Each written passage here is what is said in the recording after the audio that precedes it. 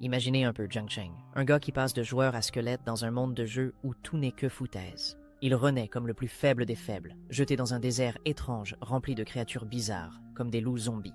La seule chose qui peut le sauver, c'est un système d'évolution infinie, un pouvoir très rare qui le rend plus fort à chaque combat. Le truc, c'est que se battre, c'est déjà la routine pour Jiang Cheng, mais maintenant, le risque est bien réel. Il a échoué, il s'est transformé en poussière, pour toujours.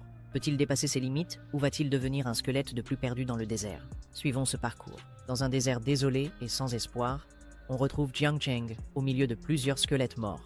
Et apparemment, il est en train de devenir comme eux. Ce gars-là était autrefois un joueur professionnel, mais maintenant il rampe juste pour ce qui lui reste de vie. Malheureusement, il s'est transformé en un magnifique squelette, et jusqu'à présent, il ne comprend pas comment il en est arrivé là. Il n'arrive même pas à atteindre son épée de squelette, et alors qu'il s'en approche de très près, un loup zombie lui marche dessus, écrasant le reste de ses os. Il regarde le visage de l'animal sans rien comprendre. Pourquoi cela lui arrive-t-il dans sa vie, ou plutôt, dans sa mort? En 2025, il y avait un jeu appelé Grid Wasteland qui avait été ouvert au public en version d'essai. Ce jeu était une version bien améliorée, et le niveau de réalisme y était incroyable. Il a attiré de nombreux joueurs à travers le monde, étant très populaire et bien connu. Dans ce jeu, il existait des sorts très puissants, des épées et des objets extrêmement efficaces que l'humanité n'avait pas encore découverts. Mais Grid Wasteland a rendu tout cela réel. Avec des milliers de rôles, des centaines de millions de quêtes disponibles, d'innombrables joueurs ont pu s'installer dans cet incroyable monde fantastique, mais tout n'est pas rose. La popularité du jeu a généré un nombre énorme de demandes auprès du studio pour qu'il produise rapidement plusieurs unités et puisse améliorer le jeu encore davantage, et ce, beaucoup plus vite. Il a également réussi à attirer un nombre assez important de bénévoles qui ont continué à travailler sans relâche, faisant des heures supplémentaires pour pouvoir tester le jeu. Parmi les testeurs de la version d'essai du Grand Grid Wasteland se trouve notre protagoniste, qui fait partie des testeurs. Mais à peine 2 semaines avant la sortie du jeu, ce gars-là a commencé à ressentir d'énormes douleurs après avoir accompli un grand nombre de missions en seulement 42 heures, en 2 jours. Il a commencé à ressentir de nombreuses attaques au niveau du cœur. Les gens sur place n'arrivent pas à croire que cela se produit. Ce gars-là passe d'une base à l'autre. L'un des gars demande s'il a du matériel dans son inventaire, et l'autre s'inquiète que s'il meurt dans le jeu, personne ne pourra récupérer son inventaire et les objets qu'il possède. Mais alors que les gens ne s'inquiétaient que de ça, il est mort soudainement, le pauvre. Et sorti de nulle part, il s'est retrouvé avec une fille qui lui disait que s'il ne bougeait pas, il allait retourner à la base. Cette fille, bien qu'elle soit très étrange, est très belle, et il ne comprend pas ce qui se passe. Alors qu'elle remercie Dieu qu'il soit déjà debout, il se demande où il est, mais reste quelque peu paralysé, fixant droit devant lui. Il n'arrive pas à comprendre, n'est-ce pas? Pendant qu'elle lui dit déjà de sortir rapidement de là, une explosion se produit à cet endroit, projetant tout le monde au loin. Il se rend alors compte, en même temps qu'elle, qu'il y a un loup zombie d'élite à cet endroit. La fille lui demande alors d'y aller et d'utiliser ce loup comme base. Mais il pense aussitôt que cet animal est un loup zombie que l'on trouve dans la vie des débutants du jeu. Maintenant, il a compris. Lui, il est mort, mais il n'est ni au paradis, ni en enfer. Il est dans ce jeu, il est bien dans le village de départ du désert de la mort. Alors qu'il réfléchit à toute la situation et comprend ce qu'il attend, le loup s'avance calmement vers lui. Il a été réincarné à l'intérieur même du jeu. La fille continue de le prévenir que s'il continue à regarder le loup sans rien faire, ils vont tous les deux servir de base. Il ferait mieux de se dépêcher. Alors qu'il se demande qui est cette fille, et qu'en plus elle lui donne beaucoup d'ordres, le loup continue d'avoir l'air terrifiant et attaque les deux. Alors que le loup ouvre la gueule et se prépare à les dévorer tous les deux, il pense que c'est un loup zombie, un monstre carnivore de niveau 2. Mais il n'a pas beaucoup de viande, non? Pourquoi ce loup l'attaque-t-il? Le point faible de ce loup se trouve juste dans son cou. Il a déjà tué beaucoup de ces animaux lors des phases de test du jeu. Il prend alors son épée en os et attaque le monstre en disant que c'est maintenant le moment d'agir. Il va envoyer l'animal spatial, puisque son point faible est justement dans le cou et qu'il ne porte qu'un seul coup. Mais apparemment, ce coup n'a pas très bien fonctionné. Même s'il connaissait le point faible du loup, il est très fragile et sa main est déjà partie dans l'espace. Le loup, après être tombé au sol, lui donne un coup de pied et il s'envole, sans comprendre pourquoi il est aussi faible. Mais après être tombé au sol, il se rend compte qu'il a été réincarné en un fichu soldat squelette de bas niveau. Pauvre gars. Cela signifie que son corps a été invoqué par un nécromancien, lui aussi de bas niveau. Alors il décide de prendre l'épée, mais dans les instants suivants, on voit à nouveau le loup l'écraser avec ses pattes. Ouais, il n'aura pas assez de temps. Pourquoi sa vie doit-elle se terminer ainsi juste après avoir commencé? Ce gars est devenu un professionnel extrêmement jeune. Il a réussi à remporter plusieurs championnats, laissant derrière lui un palmarès incroyable de moments forts dans le monde des joueurs professionnels.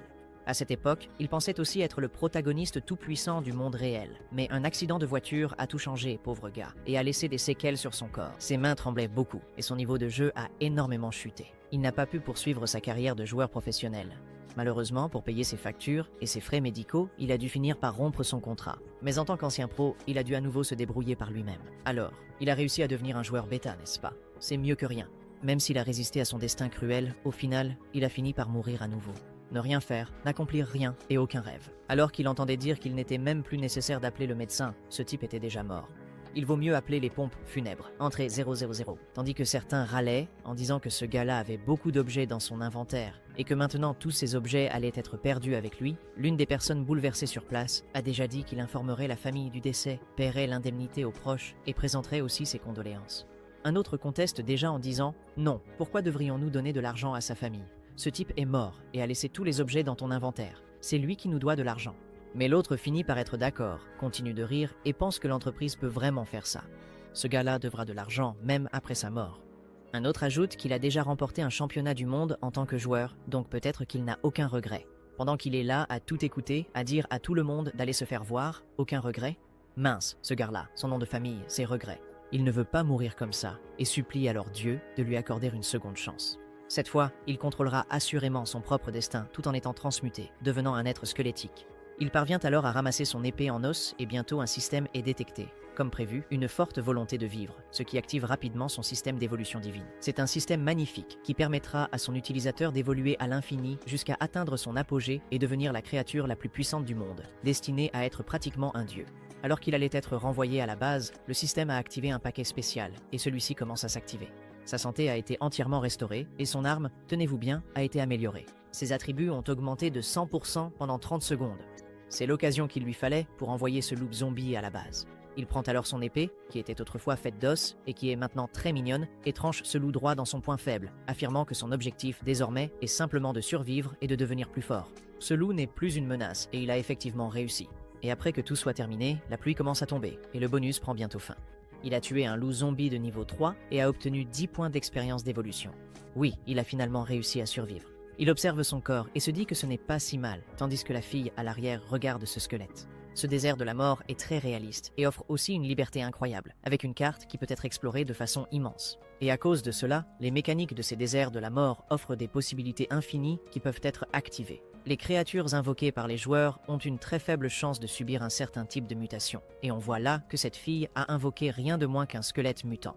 Les créatures mutantes invoquées seront d'une grande aide pour qu'un joueur puisse monter en niveau et progresser. Tuer des monstres au-dessus de son niveau n'est plus un rêve, c'est totalement la réalité, et cela explique donc pourquoi elle a autant de chance. Au moment où elle a vu cette créature faible tuer un animal de niveau bien supérieur, elle a compris qu'elle avait trouvé une mutation chez son invocation. Elle a alors obtenu le croc du loup. Le butin du loup zombie peut être utilisé pour un équipement de synthèse et il vaut aussi une pièce de cuivre.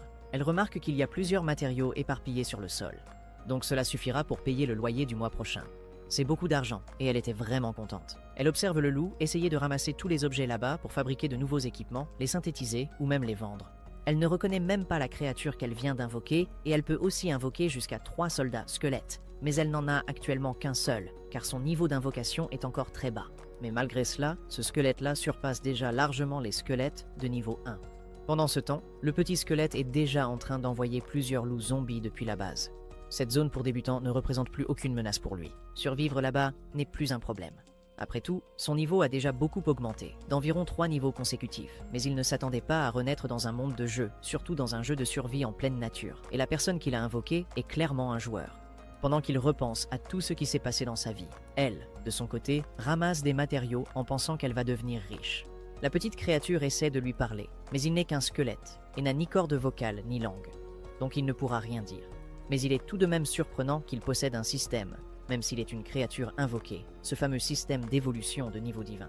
Tant qu'il continue à tuer des monstres et à monter de niveau, voire même des personnes, il parvient encore à évoluer. Le système lui signale alors un nouveau message. Vous pouvez gagner des points d'évolution en chassant des monstres sauvages, des joueurs, et les utiliser pour évoluer. Vous pouvez obtenir des points de renforcement en tuant des boss d'élite et aussi certains autres boss. Une fois que vous atteignez un certain niveau, ces points de renforcement d'élite seront activés. Cela signifie donc que le renforcement peut même améliorer vos armes. Après tout, ces armes qu'il possède, même si elles ont été améliorées, restent encore assez mauvaises. Il a participé à plusieurs reprises au test de ce jeu, mais il n'a jamais entendu parler d'un système ou de mise à niveau, ni de nouvelles compétences ou armes. Qu'en est-il d'une créature invoquée avec ce système qui peut évoluer toute seule? C'est complètement hors norme. Il est maintenant un soldat squelette réincarné de bas niveau. S'il veut continuer à évoluer, il devra s'approcher un peu plus d'un endroit bien plus dangereux afin de gagner plus de points et d'atteindre un niveau légèrement supérieur. Il a réussi à obtenir un total de 110 points d'évolution, tandis que les points de renforcement sont toujours bloqués à 100. C'est maintenant la première évolution. Il va donc dépenser 100 points d'évolution pour devenir un épéiste squelette. Ensuite, le système lui demande s'il veut le devenir, oui ou non. Il n'a pas vraiment le choix, car devenir fort n'est plus une option. Il va donc tester les limites de l'évolution de ce système et appuie alors sur oui. Puis le système se remplit rapidement de puissance et annonce que l'évolution va commencer. Une puissance de feu énorme plane au-dessus de lui et, pendant son évolution, il bénéficie de 3 secondes de protection. Sa santé a augmenté de 80%, sa mana a augmenté de 80%, et tous ses attributs se sont améliorés, chaque attribut ayant augmenté d'environ 80%. C'est incroyable, et il a également reçu une très bonne arme, celle exclusive à l'épéiste squelette, l'arme épée d'acier en os. Même s'il n'est qu'un squelette invoqué, le système continue de le féliciter. Le joueur a évolué en épéiste squelette de second ordre. Notez que le système continue de l'appeler joueur et non invocation. Ce système nous cacherait-il quelque chose? Il continue alors d'observer son tableau de bord et remarque que toutes ses statistiques ont augmenté de façon spectaculaire. Parmi celles-ci, l'attaque est montée à 352 après qu'il ait réussi à évoluer. Il ne s'attendait pas à ce que l'évolution soit aussi supérieure, et il constate qu'avec l'évolution est également venue une compétence passive, la technique de l'épée rapide. Cette capacité passive lui permet d'augmenter sa vitesse d'attaque de 20%, et il y a aussi un bonus de 20% qui compense sa faiblesse en tant que squelette au niveau de la force. Même s'il est un squelette très faible, il peut compenser ce manque de force en frappant plus de fois consécutivement, de plus en plus rapidement. Il la teste alors et remarque que l'épée devient de plus en plus légère. Même s'il n'a aucune compétence, il pourra en réalité devenir plus fort. Il lui suffit de continuer à se battre. Si les autres joueurs découvrent toutes ses capacités, les gens le considéreront comme un monstre et il attirera beaucoup de regards. Alors tout le monde se lancera à sa poursuite. Il vaut mieux qu'il reste discret. Mais tôt ou tard, un problème très sérieux apparaîtra et il doit devenir plus fort le plus rapidement possible. À présent, il n'a pas d'autre choix que de devenir la créature invoquée la plus puissante de tout l'univers de ce jeu. Contrairement aux joueurs des meilleures guildes, il est seul et il ne possède aucune force absolue pour affronter 100 ennemis et survivre. Il doit devenir plus fort que plusieurs guildes réunies. En d'autres termes, il doit être considéré comme une sorte de boss final le plus rapidement possible. Il doit obtenir de nouveaux points d'évolution. Il continue alors à tuer plusieurs loups là-bas, mais les loups ne lui rapportent pas tant d'argent ni autant de points d'évolution. Il doit donc peut-être aller ailleurs sur la carte, tandis que le système ne cesse de lui rappeler qu'il doit vraiment obtenir plus de points d'évolution aussi vite que possible, et qu'il doit lui aussi découvrir quelque chose. Il continue à réfléchir à sa relation entre maître et invocation, car après tout, il a été réincarné en tant que créature invoquée, et où se trouve l'invocateur? Il remarque alors cette fille, qui est toujours en train de ramasser tous les objets laissés par les loups. Elle a déjà de la peau de loup, des os de loup, de la viande de loup. Tout cela vaut beaucoup d'argent. Elle va tout prendre.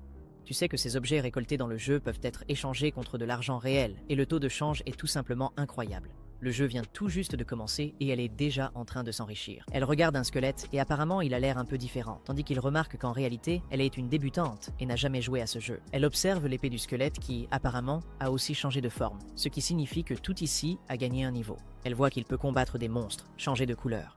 En réalité, c'est une créature invoquée. Elle serre alors le petit squelette dans ses bras et dit qu'il sera son ticket gagnant pour la méga Sénat. Elle affirme qu'à partir de maintenant, elle va vraiment changer de vie, tout en disant qu'ils vont devenir riches du jour au lendemain. Il essaie alors de lui parler, mais il n'a pas de corde vocale, alors il décide de mimer. Il fait non de la tête et veut aller ailleurs.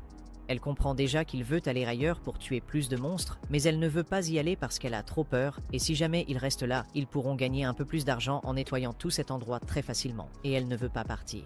Il y a un temps de réapparition pour les monstres à cet endroit. Ce temps est d'environ 30 minutes et il ne reste aussi que 2 heures et 35 minutes avant qu'un zombie d'élite n'apparaisse. C'est comme un boss. Le squelette pense déjà que bientôt il va trouver de nouveaux joueurs là-bas et qu'ils vont peut-être lancer un PVP. 1 ou 2 joueurs, il pourrait peut-être les vaincre.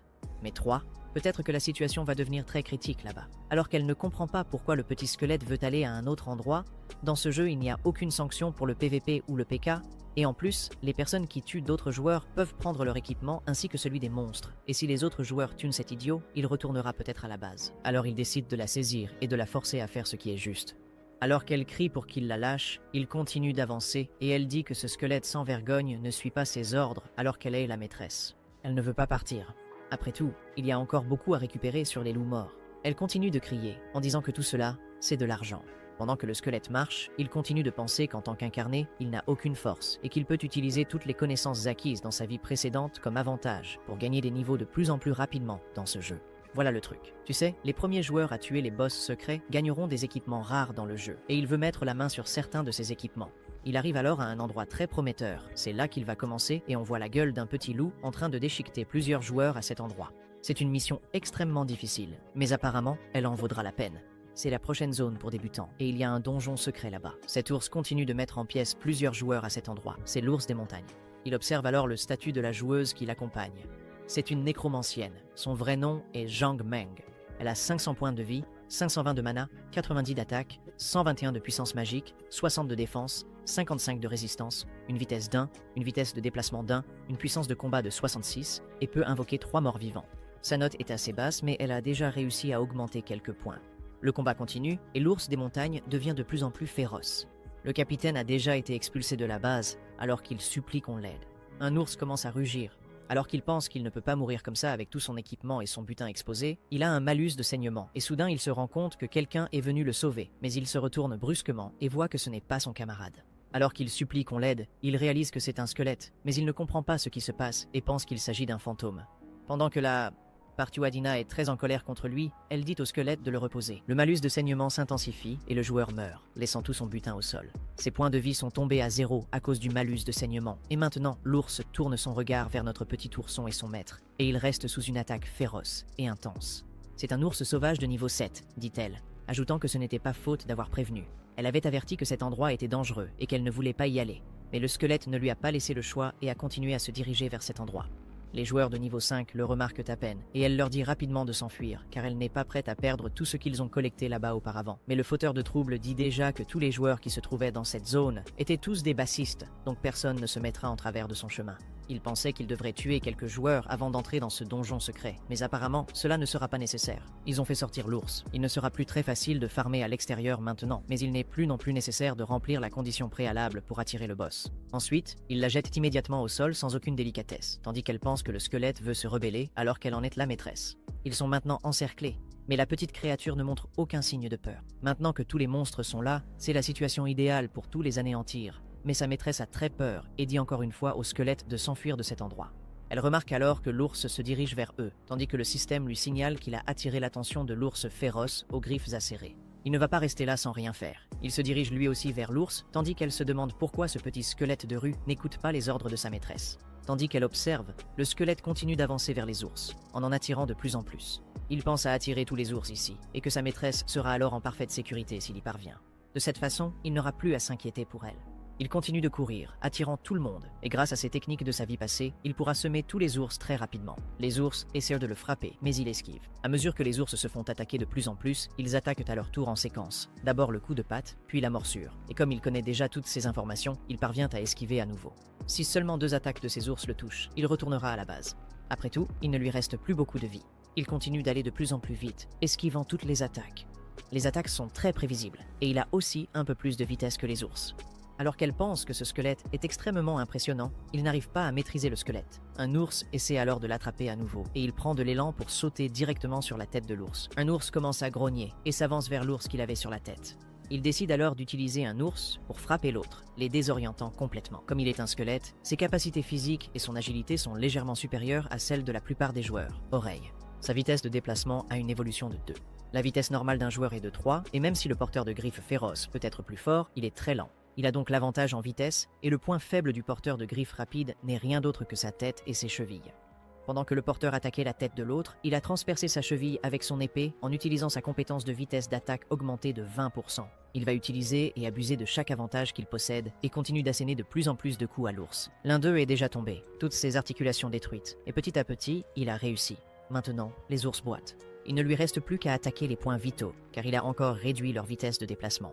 S'il parvient à infliger des dégâts critiques 2 fois de suite, il pourra tuer, mais un ours féroce aux griffes acérées est appelé tueur de débutants pour une raison bien particulière. Lorsqu'il est presque au bout de sa vie, il utilise la compétence Berserker et commence à s'enrager. Cette capacité produit un éclair juste au-dessus de votre tête. Cette décharge électrique est si puissante qu'elle peut paralyser instantanément les joueurs, brisant ainsi leur vitesse de déplacement et les laissant immobilisés. L'éclair se dirige alors vers Prota, qui connaissait déjà cette information, mais il parvient à bloquer ce puissant éclair.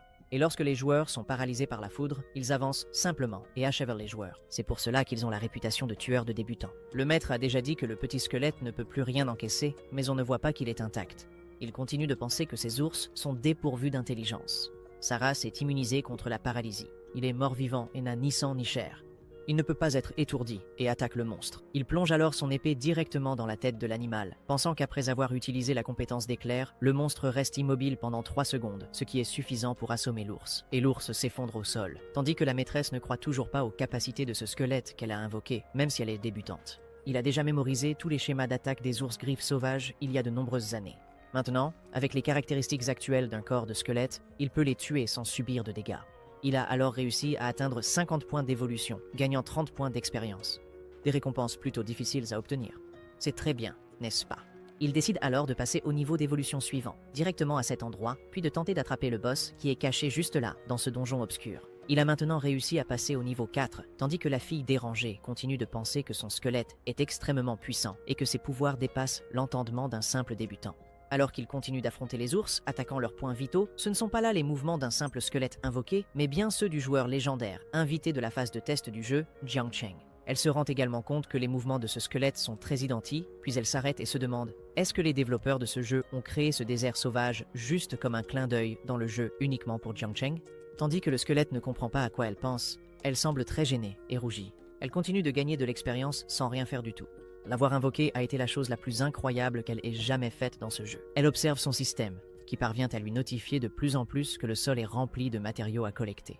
Cela signifie que c'est de l'or gratuit pour elle. Elle continue de penser qu'elle a une chance incroyable. Elle a réussi à obtenir une invocation extrêmement puissante et peut encore en invoquer 2 autres. Il l'utilisera de la meilleure façon possible, devenant ainsi de plus en plus riche. Pendant qu'il continue de tuer les animaux, elle continue de lui dire de regarder. Après tout, sa vie continue de dépendre de lui et bientôt elle nagera dans l'argent.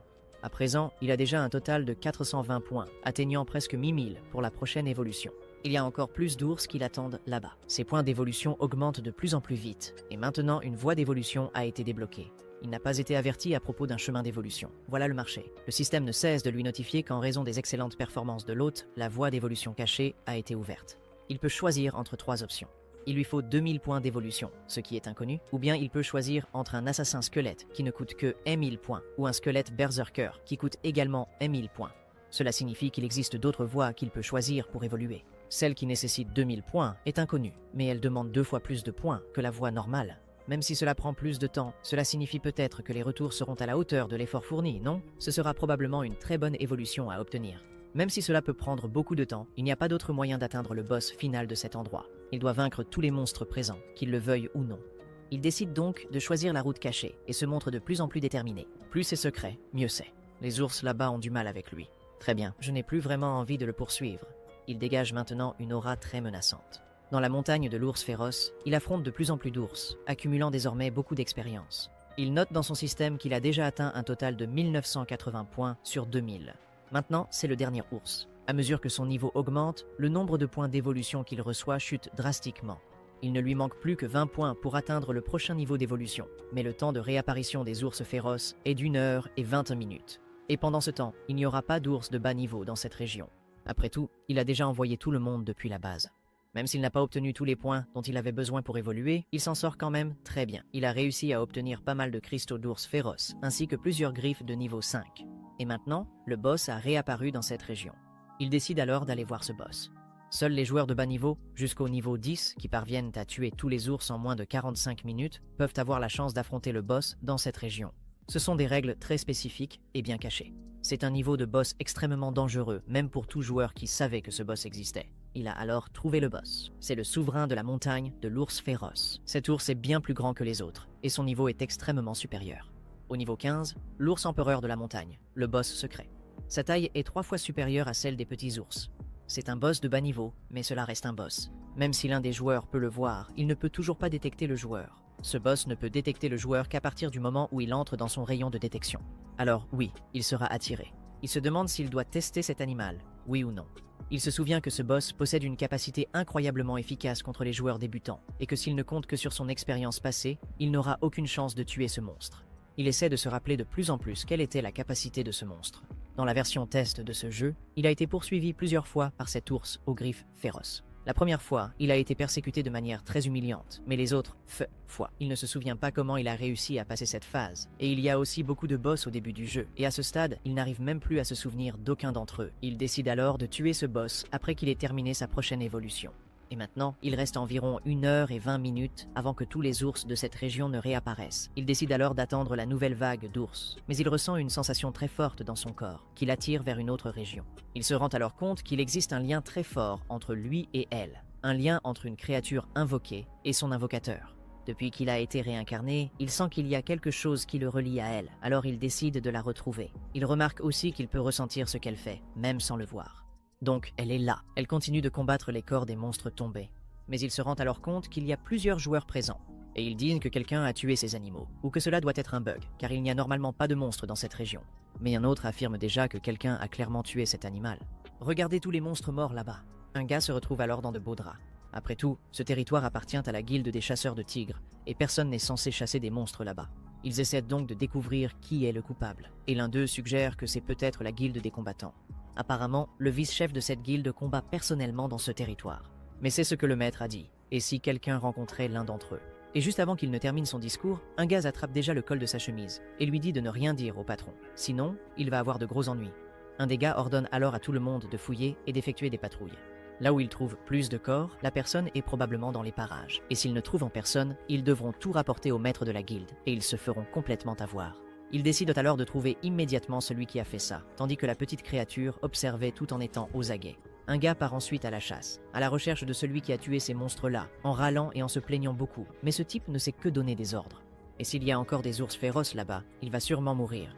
En entendant quelqu'un dire qu'ils sont riches, très riches, elle a trouvé un matériau de rang améthyste. Et il dit simplement qu'il a trouvé celui qui a envoyé la base de l'ours là-bas, et demande d'où elle vient. Le gars continue de crier, demandant pourquoi elle a envahi le territoire de leur guilde, tandis qu'elle se rend compte qu'il y a encore 3 personnes derrière. Mais elle répond simplement qu'elle est entrée là pour chasser l'invocation qu'elle avait elle-même invoquée auparavant. Il s'est enfui, et elle le cherche. Mais le gars trouve déjà tout cela louche. Une invocation qui s'est enfuie de son maître? Ah, cette fille ment, c'est sûr. Elle demande, où est-il? Où est sa bande? Mais elle ne comprend pas. Bande? Quelle bande? Elle n'a aucune bande, et elle était juste là pour chercher ses invocations. Un gars lui dit alors de l'emmener et de ne pas la laisser s'enfuir, ni se suicider pour essayer de se déconnecter du jeu, et lui dit aussi de demander où sont ses partenaires. Mais elle commence alors à sortir son arme. L'archer utilise rapidement la détection, une compétence d'investigation, et dit que la fille ne ment pas dans son costume. Cette fille est une nécromancienne de niveau 9. C'est une nécromancienne avec une vitesse d'attaque, des dégâts, des PV, tout très faible. Ce ne doit pas être elle qui a tué tous ces monstres. Et les entailles sur les monstres sont extrêmement précises, faites par quelqu'un qui possède une telle compétence et expérience remarquable. Après tout, toutes les entailles ont été faites dans les zones les plus faibles du monstre. Et il a aussi découvert, en utilisant son système, qu'elle n'appartient à aucune guilde. Elle est complètement seule. Pendant qu'elle est là, pensant qu'elle ne va pas leur donner tout le butin qu'elle a réussi à rassembler, il continue en disant que la personne qui a nettoyé tout ce donjon ne pourrait jamais être elle. Elle est probablement juste une chasseuse qui est entrée là et qui ramasse le butin laissé derrière. Ces chasseurs, qui récupèrent le butin laissé par d'autres chasseurs, sont des personnes de bas niveau qui ont réussi à obtenir le butin abandonné par d'autres équipes. Ce sont en gros des voleurs d'argent ou quelque chose dans ce genre. Et dans ce cas, le chef décide de la lui laisser entièrement. Le gars le remercie alors et les 3 s'en vont pendant qu'il se dirige vers la femme. Il essaie alors de la prendre dans ses bras, tandis qu'elle pense qu'elle est plutôt rapide, alors qu'il lui dit de ne pas bouger, sinon il l'enverra à la base. Il lui dit ensuite que la partie la plus réaliste du jeu, c'est la nature sauvage. Mais avant qu'il ne puisse finir sa phrase, le squelette est là, tout près du gars, tandis qu'elle garde simplement les yeux fermés. Il remarque la présence d'un autre être, tandis que le chef est là-bas. Elle se retourne également et aperçoit un soldat squelette. Alors qu'elle pleure et remercie le squelette d'être enfin revenu, certains gars n'en reviennent pas qu'un soldat squelette ait réussi à vaincre l'oiseau de l'ombre aussi rapidement et sans subir le moindre dégât. Un gars se met à hurler que sa main a été arrachée avant même qu'il ne puisse toucher la fille, tandis que notre petit protégé attrape la femme et commence à courir. Le chef sur place en déduit alors que les blessures sur ces ours ont été causées par cette invocation. Cela signifie que celui qui a tué les ours, c'était ce squelette et cette femme qui le contrôle. Ils ont été complètement trompés. S'ils parviennent à s'échapper, ils ne pourront pas raconter au maître ce qui s'est passé. Ils commencent alors à les poursuivre dans la forêt. Voici la guilde des chasseurs de tigres. Cette guilde est une guilde de débutants fondée par la société Xingguang. Ces types sont des gars plutôt cruels qui ont réussi à prendre le contrôle de la féroce montagne de l'ours ainsi que de quelques donjons sur le territoire de la vallée. Dès la première semaine de la sortie du jeu, ils dominaient déjà cette zone. Celui-là, là-bas, c'est la hyène, niveau 12. C'est un berserker responsable de l'équipe des forces de l'ordre. Et il y a aussi l'oiseau de l'ombre, également niveau 12, qui est un archer. Et il y a aussi le rhinocéros de niveau 10, un écuyer chevalier, qui est également chargé de faire respecter toutes les lois de cette guilde. Il y a aussi le chameau généreux de niveau 9. Ce gars-là est un combattant, mais il n'a aucune spécialisation. Tu es très content, parce que le petit squelette est revenu au moment parfait. Le capitaine Yen est très rapide. Il est sur le point de les rattraper tous les deux alors qu'elle veut descendre des épaules du squelette. Elle pense qu'elle peut beaucoup aider dans ce combat. Peu importe à quel point cela la dérange, le petit squelette ne montre aucun signe de ralentir. Elle en déduit donc qu'il est tout simplement très attaché à elle. Après tout, il ne veut pas la lâcher, quoi qu'il arrive. Peut-être qu'il ne veut pas qu'elle se blesse, c'est ce qu'elle pense, mais immédiatement elle est projetée dans le buisson là-bas. Elle n'arrive pas à croire qu'il ait fait ça. Mais dans les instants qui suivent, elle se rend compte que c'était la meilleure chose qui pouvait lui arriver. Après ce moment, toute la guilde qui les poursuivait s'est concentrée sur le squelette, ce qui rendait très difficile de l'observer au milieu de toute la végétation. Elle a alors réussi à remarquer que le petit squelette aidait à détourner les autres joueurs pendant que Jin continuait de courir. Il savait qu'il n'avait pas d'autre choix que de s'arrêter. La guilde qui le poursuivait possède de bonnes compétences en combat rapproché et en suppression, mais aussi une grande portée et une reconnaissance très efficace. Il dispose d'un ensemble complet de compétences pour tuer, piller et traquer, mais heureusement, il a réussi à rendre l'archer inapte au combat. La résistance mentale de ce type semble étonnamment faible. Si c'est le cas, ce serait maintenant le moment idéal pour renverser la situation et affronter les poursuivants de front. Puis la guilde se rend compte que la femme a disparu. Iena attribue tout cela au prétendu contrôle total du nécromancien sur sa créature invoquée. Il se rend compte qu'elle avait éliminé tous les monstres présents uniquement grâce à ses compétences, mais quelque chose ne va pas. Derrière le soldat squelette solitaire, la forêt dégage une ambiance très étrange. Iena veut faire preuve d'une grande prudence et ordonne à Shadow d'examiner tout ce qui se trouve autour à l'aide de compétences de détection. Mais cet archer ne se soucie pas de ses ordres. Ce perdant était extrêmement furieux que la créature invoquée lui ait blessé et arraché la main. Il sort alors ses armes de jet empoisonnées et jure de tuer ce squelette arrogant. Jin, quant à lui, lève sa lame et se prépare à ce qui va arriver. L'ombre lance alors tous les couteaux de jet empoisonnés et le squelette les neutralise rapidement d'un simple coup d'épée.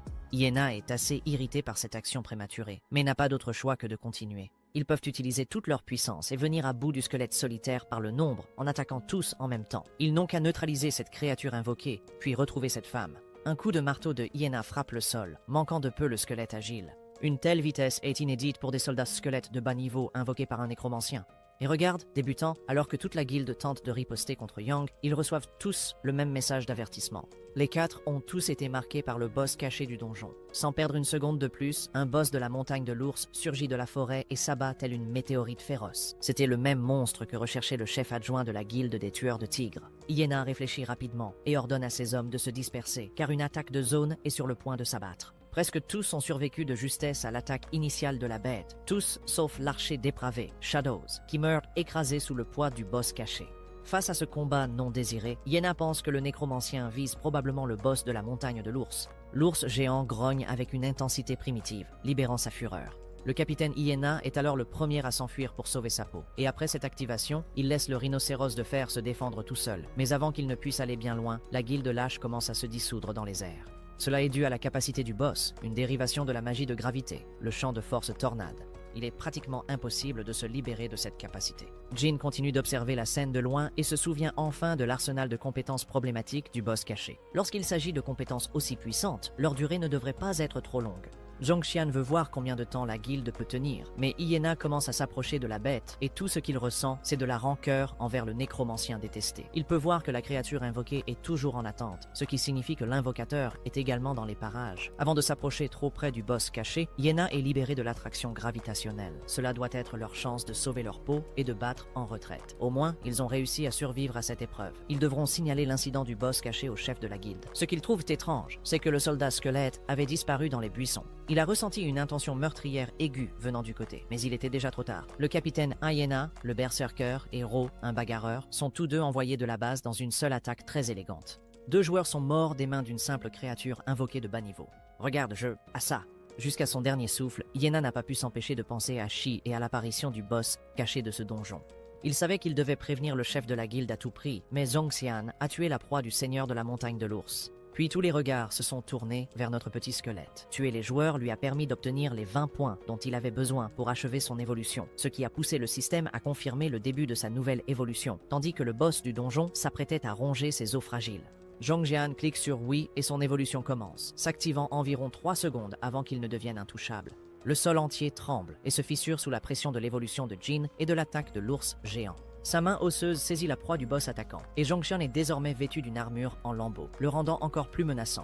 il a débloqué la voie cachée et est officiellement devenu un garde d'assaut squelette. Grâce à cela, il a acquis la compétence d'armure d'os, une armure d'os en forme de flèche. C'est ainsi que la protection de l'évolution prend vie. Dès que la protection de l'évolution expire, le sang tache le champ de bataille, et sa compétence d'épéiste rapide a également évolué, augmentant considérablement son attaque de 40%. Il se remémore alors toutes les compétences du grand ours devant lui. Il est certain que les points faibles du boss sont ses articulations et son cou. Jin provoque alors le monstre avec assurance, incitant l'ours géant à l'attaquer pour tester sa nouvelle puissance, qui s'est révélée différente de celle des ours à griffes féroces ordinaires. L'ours géant est incroyablement rapide, même avec l'évolution de Jin Xiang. Tenir tête à ce monstre est un combat vraiment difficile, mais heureusement, il possédait une capacité en forme de flèche. Cette nouvelle compétence lui permettait de combattre à distance en générant des flèches d'os. Les flèches qu'il a tirées ont atteint directement les yeux de l'ours, limitant désormais complètement sa vision. L'ours a alors raté son coup fatal et le garde d'assaut squelette, Shen Shang, utilisait maintenant la gravité du champ de force de la tempête à son avantage.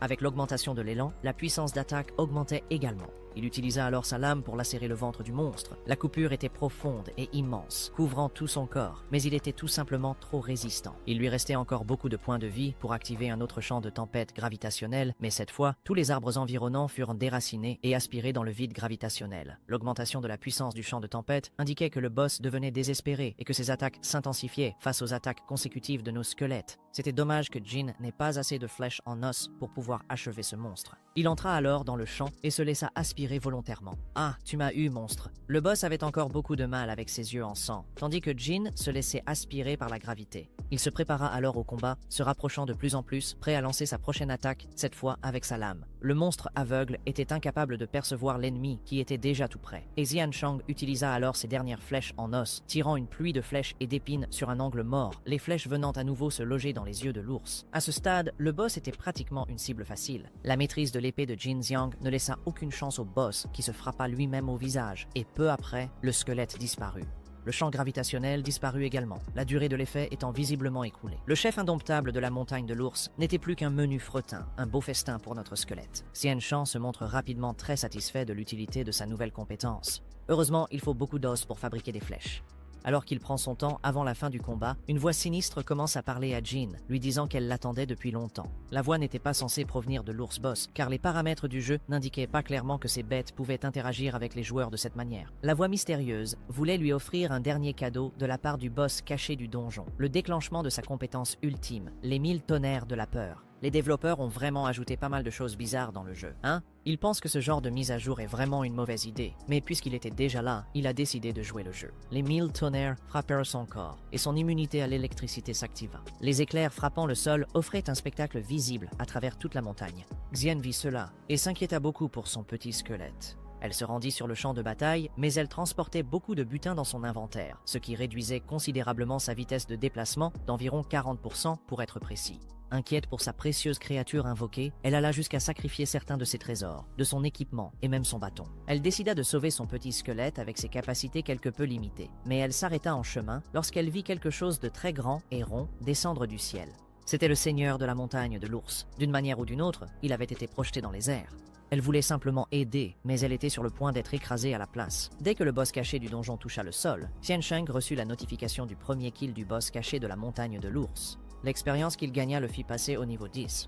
Il pouvait désormais se rendre à la ville centrale pour changer de profession. La nouvelle de ce qui s'était passé à la montagne de l'ours sauvage se répandit rapidement jusqu'au siège de la guilde des tueurs de tigres. Quelques idiots suppliaient le chef Chiang de les écouter, mais l'enregistrement vidéo de l'événement se suffisait à lui-même. Le capitaine Yen et sa guilde avaient perdu le territoire de l'ours au profit d'une autre guilde et laissé un débutant obtenir le premier kill d'un boss caché. Xiang allait perdre beaucoup d'argent à cause de cette débauche. Yen et ses acolytes furent forcés de jouer les escrocs humains par peur de leur patron.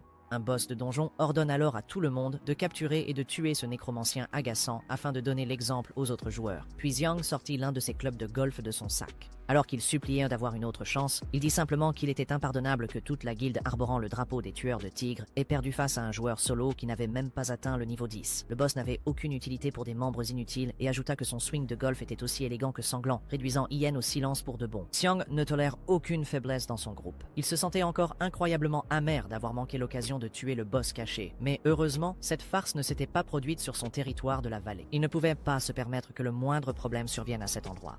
Un homme nommé Viper assura à Xiang, le maître de guilde, qu'il n'y aurait plus de problèmes à l'avenir. La montagne de l'ours sauvage n'était plus un lieu prioritaire. Il pouvait recruter des joueurs fiables pour donner une leçon à la recrue. Quant au territoire de la vallée, il voulait davantage de renforts par précaution. Viper afficha alors un sourire très confiant et assura au patron que tout était sous contrôle. De retour dans les montagnes Zi, il invoqua quelques soldats squelettes supplémentaires pour l'aider à ramasser encore plus de butin. Elle ne cessait de critiquer ces squelettes, les comparant sans arrêt à son exceptionnel petit frère squelette, ce qui était plutôt injuste, non? Puisque ce type pouvait facilement vaincre seul un boss de la montagne de l'ours. Xi fut alors gratifié d'un tout nouvel ensemble complet d'ours féroces, comprenant une cape qui augmente la défense et la mana, ainsi qu'une queue qui accroît la vitesse de déplacement et la puissance offensive. Elle a également obtenu des bottes qui offrent les mêmes avantages. Mais surtout, l'ensemble était très élégant et parfaitement ajusté là où il fallait. Et le nom de joueur de Xi est tout simplement adorable. Elle en est bien consciente. Quoi qu'il en soit, elle était équipée de cette armure vraiment épaisse. Xiansheng regarda simplement sa invocatrice avec incrédulité, totalement stupéfait. Après avoir rassemblé tous ces objets, Xi avait amassé tellement de butin et d'argent bien au-delà de ses rêves les plus fous. Maintenant que Xi était au niveau 10, elle pouvait enfin choisir une spécialisation. Il pouvait se rendre à la ville principale pour s'en occuper, ainsi que vendre le stock de matériaux de monstres. Aussi douce que Xi l'était avec Xiansheng, elle se montrait tout aussi cruelle envers les autres squelettes invoqués qui essayaient simplement de faire de leur mieux. Xiansheng s'assit un instant en soupirant sur la transformation de l'ensemble d'équipements magiques qui avait été converti en 10 000 pièces et traité comme un simple accessoire de mode. Il avait hâte de s'en débarrasser enfin. Il examina ses fenêtres de statut et fut satisfait de l'augmentation de ses attributs. Ses statistiques étaient supérieures à celles de tout joueur de niveau 15, avec en plus l'ajout des flèches d'os. Après le combat, il avait réussi à remplacer 46 des épées épines. C'est dommage que ces épines aient des limites, n'est-ce pas? Parce qu'elles sont vraiment oppressantes, mais compte tenu de leur utilité en termes de dégâts, elles valent bien les points d'évolution. Ce chemin caché qu'il a choisi nécessite environ 20 000 points d'évolution pour aller encore plus loin. Et maintenant, avec son taux de gain d'environ 10 à 20 points par créature tuée, il va lui falloir une éternité pour atteindre un autre point d'évolution. Cela signifie qu'il doit désormais concentrer ses forces sur l'élimination des boss. C'est sûrement la voie à suivre, mais à partir de maintenant, les combats vont devenir de plus en plus difficiles, donc elle devrait aussi devenir plus forte. Après tout, cela peut vraiment renforcer les créatures. À mesure qu'elle gagne en puissance, elle pourra augmenter les dégâts de toutes les créatures de 30%. Comme c'est lié à elle, cela le rend aussi plus fort en retour. Alors qu'elle fouillait le cadavre d'un autre boss caché, elle trouva un coffre au trésor. C'était un coffre violet pour avoir vaincu le boss caché. Elle ne put cacher son émotion. Jean, simplement parce que c'était un autre butin qui pouvait contenir des matériaux de renforcement ou des armes. Lorsque la nécromancienne maladroite ouvrit la boîte, ses yeux pétillèrent de surprise. À l'intérieur du coffre se trouvait un livre de compétences rares, accessible à toutes les classes, et c'est aussi une compétence de zone pour les grands ours, Tonnerre. Un livre de compétences pour Tonnerre. Les boss de bas niveau ne laissent généralement pas de butin aussi intéressant. Peut-être que l'exploit du premier kill a augmenté la qualité du coffre, sans parler du fait qu'elle avait déjà remarqué que son petit squelette était très intéressé par le livre de compétences. Tous tes récents succès et ta richesse devraient venir exclusivement de ce petit squelette. Elle savait donc qu'il le voulait et tendit le livre de compétences à Jean sans hésiter. Il rayonnait de joie, et peut-être que son invocatrice n'est pas aussi avide et obsédée par l'argent qu'il le pensait. Au départ, Shan avait lu que Tonnerre est une compétence capable de tuer plusieurs monstres à la fois. Elle le lui remit avec plaisir afin qu'il puisse élever des monstres plus efficaces, ce qui lui permettrait d'obtenir des monstres plus performants à une vitesse bien plus rapide. Elle savait que le potentiel lucratif d'une telle compétence, entre les mains d'une invocation compétente, était extrêmement élevé. Xianxiang était plutôt dégoûté. Il sortit le livre de compétences et le système demanda une confirmation pour apprendre Tonnerre, un sort électrique qui utilise 15 points de mana et a un temps de recharge appelé Wudian. Xi était ravi, l'encourageant à tester sa nouvelle compétence. Cela faisait longtemps que Jean n'avait pas ressenti une telle excitation en obtenant une nouvelle compétence. Il utilisa sa lame comme conducteur, électrifiant et faisant crépiter tout l'acier. Il était temps de tester la puissance du tonnerre. Il abaissa alors son épée et les minces filaments d'éclairs devinrent incontrôlables. Cette compétence était incroyable et vraiment impressionnante, et sans aucun doute, elle serait d'une grande aide pour repousser les monstres et les renvoyer à leur base très rapidement. Mais Jean n'était pas satisfait de sa faible puissance destructrice. Même si c'est une compétence à effet quotidien, les dégâts qu'elle inflige sont très faibles. Il se rappela que les points d'évolution pouvaient être utilisés non seulement pour évoluer lui-même, mais aussi pour améliorer ses compétences. Il est important d'accumuler ces points pour la prochaine évolution, mais il est aussi essentiel d'augmenter son taux d'élimination de monstres. Il utilisa alors tous ses points d'évolution restants pour améliorer le tonnerre. Alors que le renforcement commençait, son corps osseux fut enveloppé d'une brume électrisante. Elle a failli être écrasée par la pression. Lorsque Jean réapparut, il dégageait une aura encore plus menaçante, avec de l'électricité qui dansait sur ses lames et les faisait noircir. Il ne perdit pas de temps et activa la nouvelle version améliorée du tonnerre. Désormais, au 5e niveau, cette puissance, maintenant au niveau 5, était si grande qu'elle dévasta une vaste zone, détruisant plusieurs arbres et laissant l'endroit rempli de fumée, comme s'il s'agissait d'une explosion de foudre, tandis que notre nécromancienne déclara que c'était exactement ce qu'elle voulait. Après tout, maintenant elle va obtenir beaucoup de points d'évolution et pourra évoluer très rapidement. Elle s'approche alors d'un petit squelette, très gêné, et commence à le serrer dans ses bras, disant que maintenant elle n'a plus qu'à se laisser porter, mais lui veut d'abord obtenir plus de points d'évolution, et ensuite ils pourront faire passer cette fille au niveau suivant. À présent, ils doivent se diriger vers la ville principale, où cette fille va devenir professionnelle. En chemin, ils allaient se promener dans la vallée et nettoyer tout ce qu'ils trouvaient. La grande désolation faisait rage. L'intelligence artificielle qui contrôlait le système évoluait et faisait des prédictions. Beaucoup de quêtes scénarisées se mélangeaient. Les gens ne savent même pas à quoi s'attendre. Ces quêtes mènent à des donjons remplis de butins enviables, mais certains de ces donjons deviennent des donjons cachés, et il faut simplement réunir les bonnes conditions pour mettre la main sur ce butin. Le butin de ces donjons cachés est tellement énorme qu'il vaut mieux ne pas le comparer à celui des donjons normaux. Pour cette raison, plusieurs guildes très puissantes occupaient les meilleurs emplacements afin de tenter de percer les secrets de ces donjons cachés.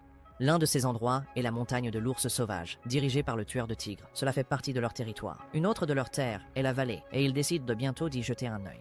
Après cela, un joueur entièrement équipé d'armure dans son groupe envoyait quelques monstres de bas niveau depuis la base pendant qu'ils exploraient la zone. Les gens dans la vallée pleuraient encore leur chef. Le chef, vice-président, n'a pas pu activer l'événement du boss caché dans ce donjon de la montagne, donc personne n'a eu la chance de profiter de l'opportunité. Et peu de temps après avoir déplacé leur attention vers d'autres territoires, l'équipe de nuit ne comprenait pas vraiment pourquoi ils devaient fouiller cette soi-disant vallée alors qu'ils étaient censés trouver le coupable à la montagne de l'ours. Mais alors, un chevalier rouge commença à expliquer qu'un boss caché n'apparaît jamais. La montagne de l'ours a complètement perdu sa valeur, et la vallée est désormais très difficile. Ce donjon caché à cet endroit n'a pas encore été nettoyé. C'est un excellent endroit pour qu'ils règlent leur compte à cet ours, qui a porté un coup rapide au boss et obtenu une belle récompense. Selon la guilde, la nécromancienne vient tout juste d'atteindre le niveau 10, ce qui signifie qu'elle ira dans la ville principale pour choisir une spécialisation. Et la vallée est le chemin le plus sûr et discret pour y arriver. Tous les chevaliers présents se mirent à louer ce chevalier rouge. Il est très intelligent, et la planification est parfaite. Mais leurs informations suggèrent que la nécromancienne est une psychopathe très dangereuse, qui pèse plus de 200 kilos. Et même si son niveau est très bas, elle est tout de même capable de se moquer de ses victimes.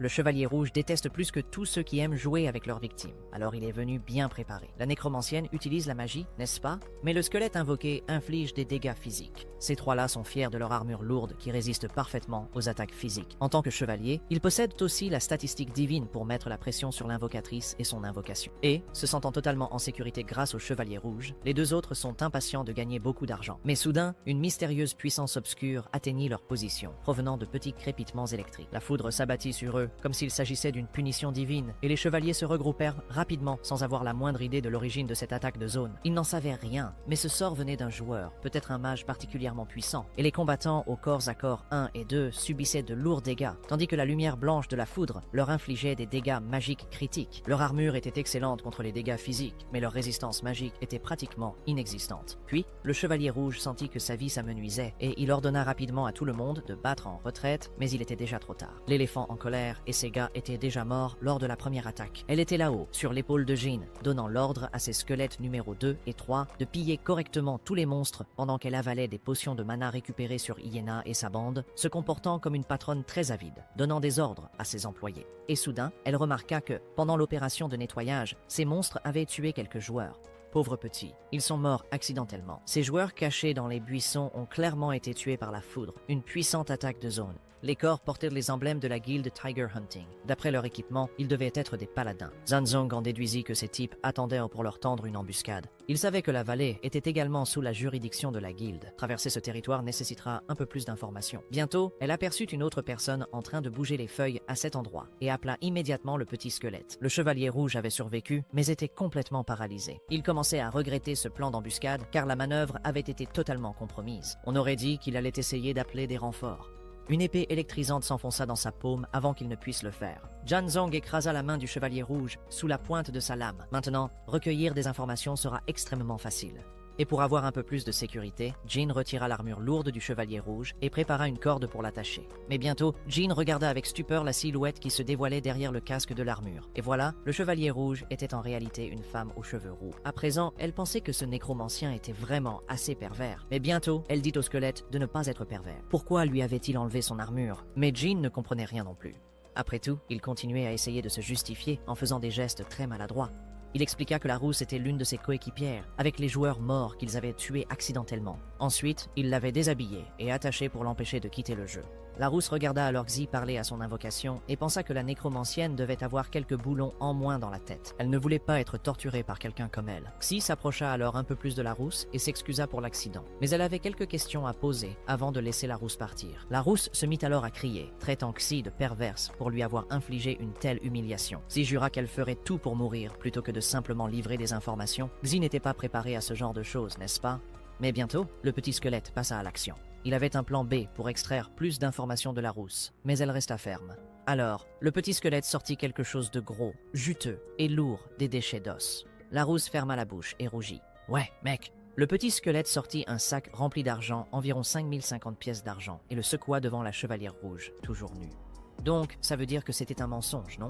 Un silence s'installa pendant que le petit squelette était convaincu que cette tactique fonctionnerait. Mais bientôt, Xi devint très inquiète pour la petite rouge, car imaginez si elle quittait simplement le jeu et ne pouvait pas s'intéresser au sac plein d'argent. Mais ensuite, elle cria au nécromancien d'attendre un peu plus longtemps. Cette petite rouge était le genre de personne qui dirait n'importe quoi à n'importe qui, du moment qu'on avait assez d'argent pour payer. Et pour préciser, 50 pièces d'argent valent environ 4000 $ après conversion. C'est beaucoup d'argent. Le nécromancien commença alors à traduire tout ce que le petit squelette disait à Rouge, et ils avaient besoin d'en savoir plus sur la guilde des chasseurs de tigres. La mignonne nécromancienne était la fille idéale pour ce travail, car elle savait d'une manière ou d'une autre traduire tous les gestes étranges de ce petit squelette. Cependant, elle ne pouvait pas ignorer les accusations de Rousse qu'elle était perverse. Ce fut une longue journée pour Xi et le pauvre squelette. À présent, il devait composer avec Rousse, avide d'argent, soudainement bavarde après des promesses de richesse, n'est-ce pas? Elle n'était pas ravie de cette demoiselle chevalier aux cheveux rouges. Mademoiselle Chevalier ne s'attendait pas à ce que la nécromancienne soit aussi riche, n'est-ce pas? Notre nécromancienne a alors assuré à la chevalière Rousse qu'elle n'était pas une perverse. Donc tout a commencé à bien se passer, même si elle agissait tout à fait à l'opposé, n'est-ce pas? Mais bientôt, notre petit squelette a interrompu la conversation parce qu'il restait assez méfiant. Même si Xi était sans son équipement, cette équipe prévoyait toujours de les envoyer de la base vers une embuscade. Mais la rousse a bien précisé qu'elle n'avait aucune rancune envers la nécromancienne. Après tout, Xi ne faisait ce travail que pour gagner un peu plus d'argent. Même si leur équipe a subi quelques pertes, tout va bien.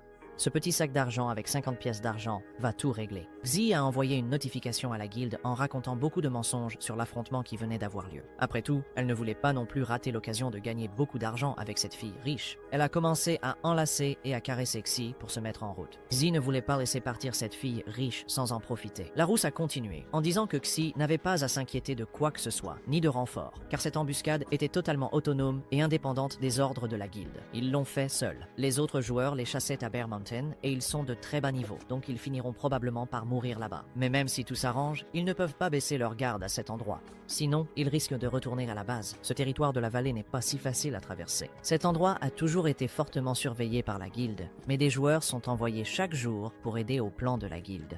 Et Red a entendu parler de ce qui s'est passé récemment au cœur du territoire de Vale. Même les joueurs affectés à la patrouille des frontières comme elle et ses gars sont désormais assignés à la surveillance autour du Heartland. Presque tous les joueurs de niveau supérieur à 15 ont été mobilisés pour aider à protéger l'intérieur de l'endroit. Personne ne peut passer sans que les gens le sachent. Le joueur le plus fort de la guilde, le vice-président Viper, est également posté au cœur de la vallée. C'est un joueur de niveau 30 qui a déjà dépassé le sec, ce type est littéralement Superman. Même Xi et son petit squelette ne pourraient pas battre ce gars-là. De plus, la guilde a déjà émis plusieurs avertissements concernant une nécromancienne non spécialisée qui joue seule avec un squelette. Donc, si quelqu'un voit Xi se promener, ce sera comme un morceau de viande ambulant au milieu de chiens enragés et affamés. Tout le monde voudra les envoyer comme base. Et s'ils veulent vraiment atteindre la ville principale pour qu'elle obtienne sa spécialisation, ils devront emprunter un chemin un peu plus sûr à travers la vallée. Le petit squelette n'a pas aimé ce qu'il venait d'entendre. Les choses deviennent de plus en plus compliquées. Ce n'est pas du tout comme il l'avait imaginé au départ. Si la vallée est comme ça, les étranges changements dans les donjons doivent être le résultat d'une quête de PNJ à l'intérieur du territoire. Contrairement à la montagne de l'ours sauvage, la vallée possède son propre système de jeu complet et dispose également de donjons réguliers. Les joueurs qui souhaitent entrer dans les donjons cachés ne peuvent qu'attendre une quête secrète liée à l'endroit. Mais cet algorithme, la Grande Désolation, apporte de nombreux changements et propose de plus en plus de nouvelles améliorations. Participer à certaines missions aléatoires sans en comprendre le sens peut entraîner des pertes très importantes. Malgré tout, notre petit squelette ne peut pas simplement abandonner une telle opportunité. Voilà le topo. Étant donné le nombre de membres de la guilde des tueurs de tigres appelés dans la vallée, la mission devrait être une priorité absolue. Ils doivent découvrir quelle est la mission avant de passer à l'action suivante. En regardant l'armure lourde vide posée au sol, il a une idée brillante. Lorsqu'il la partage avec les femmes, elles sont loin d'être ravies et demandent si Tête Rousse peut les emmener au cœur de la vallée. Le petit squelette voulait aussi porter cette lourde armure afin de se déguiser et que personne ne le reconnaisse. Mademoiselle Ruvina n'aimait pas du tout ce plan et a refusé la demande. Elle veut gagner un peu d'argent, mais elle ne veut pas non plus être expulsée de la guilde. Après tout, elle n'a aucune spécialisation, et si quelqu'un la renvoie de la guilde, elle n'aura aucun avenir. Alors notre nécromancien a proposé quelques pièces d'argent supplémentaires en échange, ce qui était un peu insultant pour la chevalière. Après tout, une seule pièce d'argent? Non, aucune chance. Ce nécromancien est plutôt culotté, non? Le pain se conserve. Même si elle avait beaucoup d'argent grâce à toutes les chasses qu'ils ont faites, elle ne veut pas en dépenser davantage. Le petit squelette a donc été forcé d'agir et a montré une seule pièce d'or, ce qui a vraiment changé le ton de la rousse. Mais en échange, elle ne les emmènerait que jusqu'à l'endroit assigné par la guilde. Ensuite, ils devraient faire le reste du chemin seul. Elle a alors précisé que cet endroit est assez dangereux, que la vallée le protège et qu'ils ne devraient pas se précipiter tête baissée. Les joueurs ne sont pas les seuls dangers sur la route, il y a aussi de nombreux monstres dangereux là-bas. Notre petit squelette a donc pris l'armure et l'a enfilée comme déguisement, et bientôt la nécromancienne a caché toutes ces informations de joueuse. Et les femmes ont rapidement formé un nouveau groupe. Le nom de joueuse de Ruby était Flore Anaconda. C'était une paladine de niveau 17. Alors qu'elle s'enfonçait au cœur de la vallée, Mademoiselle Anaconda a insisté pour un partage des matériaux et du butin en 3 pour elle et 7 pour elle. Elle prendrait la position d'avant-garde pour protéger le groupe tout en ouvrant la voie. Les monstres dans la zone extérieure ne sont pas de haut niveau, mais leur nombre en fait un problème assez important. Mais notre nécromancienne est assez confiante que les bêtes présentes ne poseraient pas de gros problèmes. Le premier groupe de monstres qu'ils ont rencontré a goûté à l'amertume de la foudre de notre petit squelette. Il a éliminé plusieurs monstres d'un coup, récoltant environ 220 points d'évolution. Et Mademoiselle Anaconda a été stupéfaite par une telle compétence de la part du petit squelette. Elle continue de penser que cette nécromancienne ne pourrait jamais invoquer ce squelette, et même en invoquer d'autres pour pouvoir piller là-bas. Alors notre nécromancienne a déjà appelé ce squelette roux, le numéro 4, l'inventaire portable du groupe. Malheureusement, la fleur Anaconda n'a rien eu à faire, n'est-ce pas? Elle a donc continué à sortir, à piller les corps, car après tout, elle était bien payée et allait prendre une partie de l'argent ainsi qu'une partie des points d'expérience. Pendant qu'elle pillait, elle a parlé à la nécromancienne des monstres d'élite qui rôdaient dans la vallée. S'ils continuaient tout droit, ils allaient inévitablement tomber sur un monstre d'élite de niveau 15, le golem de pierre démoniaque. Et face à une telle bête, ils devaient combattre en groupe. Donc non, personne ne pourra passer devant le golem de pierre. Mais lorsqu'ils sont arrivés à l'endroit où se trouvait le golem de pierre, il s'est rapidement transformé en 400 points d'évolution sous la puissance destructrice de la foudre. Et bientôt, notre nécromancienne a souri en constatant que le monstre qu'elle vantait n'était pas si fort que ça. Ah, Petit Rouge était attaqué. Alors qu'elle arquait son corps de pierre, la fleur Anaconda a de nouveau averti qu'il restait encore un serpent géant qu'ils allèrent devoir tuer. Et devinez quoi? Le serpent géant était lui aussi basé sur la foudre. Comme la bête précédente, le dangereux serpent a également rapporté 400 points d'évolution, et notre nécromancienne a continué de se vanter. Elle n'arrêtait pas de dire que Mademoiselle Anaconda était aussi son 4e squelette. Pendant que la rousse pillait, son corps brûlait, elle a prévenu qu'elle avait aussi une araignée fantôme démoniaque aux yeux très fermés. Comme elle l'avait prédit, l'araignée fantôme démoniaque est apparue. Comme pour tous les monstres précédents, un seul éclair a suffi à porter un coup fatal à ce monstre. À présent, Mademoiselle tremblait à la base. Elle commençait à se rendre compte qu'elle avait réussi à trouver un groupe de joueurs très puissants.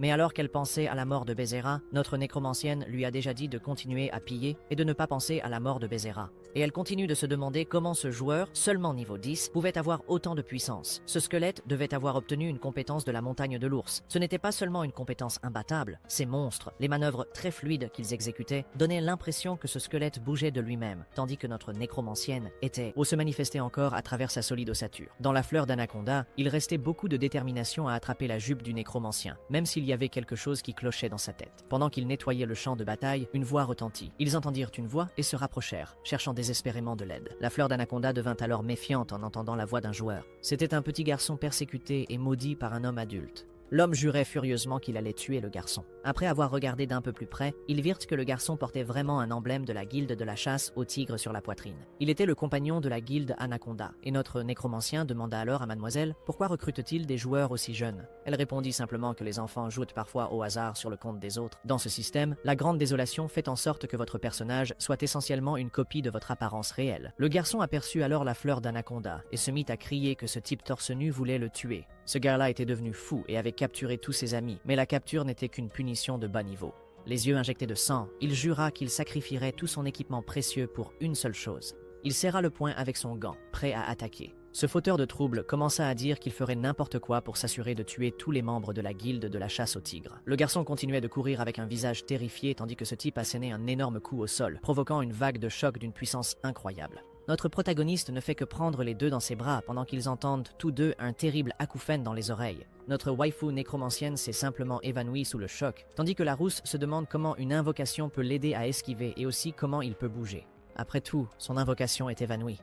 Mais en observant ce combattant de plus près, on remarque qu'il est spécialisé dans le type de choc et qu'il possède aussi un corps très robuste, avec des statistiques de perforation d'armure très élevées. Ce type met en garde contre toutes ces statistiques. Il commence alors à se relever, mais on voit qu'il saigne du poison. Sa santé est très faible. Le garçon commence alors à lui dire de tuer ce type très rapide. S'il parvient à réactiver ses compétences, tout le monde mourra. Mais notre protagoniste continue alors de se rendre compte que ce garçon, même s'il est assez nouveau, est un chasseur furtif de niveau 11 et ne devrait pas avoir assez de puissance pour presque mettre hors de combat un combattant de niveau 18. Mais même si ce type est presque en train de mourir, il a préféré s'en prendre à l'enfant plutôt que de s'enfuir, pendant que le type dit que tout le monde ici... Mais la petite rousse est déjà très agacée, disant que s'il ne veut pas parler, elle va simplement lui envoyer une attaque de base. Mais le type est encore bien pris et commence à dégager une aura puissante, disant que tout le monde dans cette guilde aime abuser de ses pouvoirs et de son statut et ne mérite pas qu'on leur adresse la parole. Il dit alors qu'il va tous les tuer et commence à activer son pouvoir, la compétence Danse du sang. Il commence à dégager une aura très puissante et rouge, puis serre complètement le poing avec ses gants.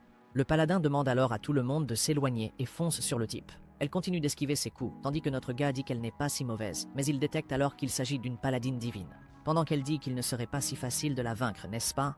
Elle parvient alors à repousser ce type. Alors qu'il se rend compte de toute la difficulté, notre Sigeo est déjà de retour. Et dans les instants suivants, il est réduit à un simple spectateur, incapable de réagir. Le joueur Xiaofang est mort, et maintenant, notre protagoniste a obtenu 150 points d'évolution.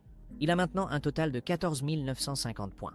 Il ne lui manque plus grand-chose pour atteindre 20 000. Le garçon s'approche alors, précisant qu'il est un épéiste magique. Il commence à examiner les gants. Il affirme que cet équipement est à lui, un équipement de niveau bleu. Pendant que notre protagoniste pense qu'il sait vraiment comment voler quelque chose, la fille demande alors à quel groupe il appartient, mais il répond aussitôt qu'il est normal qu'elle ne le connaisse pas.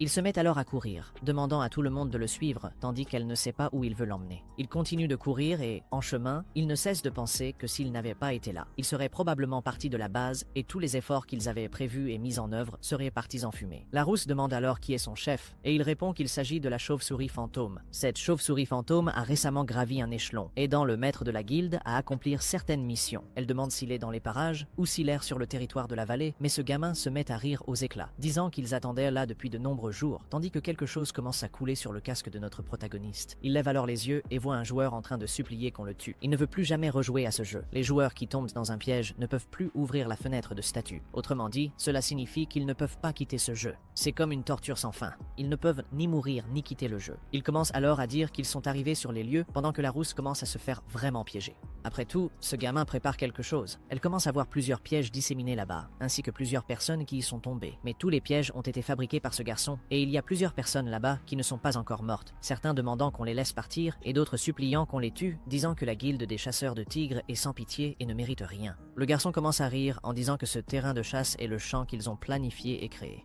La rousse commence à être très inquiète. Ce garçon chasse les joueurs. C'est un véritable PK. Il se vante en disant que tout le monde là-bas a laissé des provisions derrière eux ainsi que des armures, et qu'il s'est simplement servi. De plus, il n'a tué aucun des joueurs.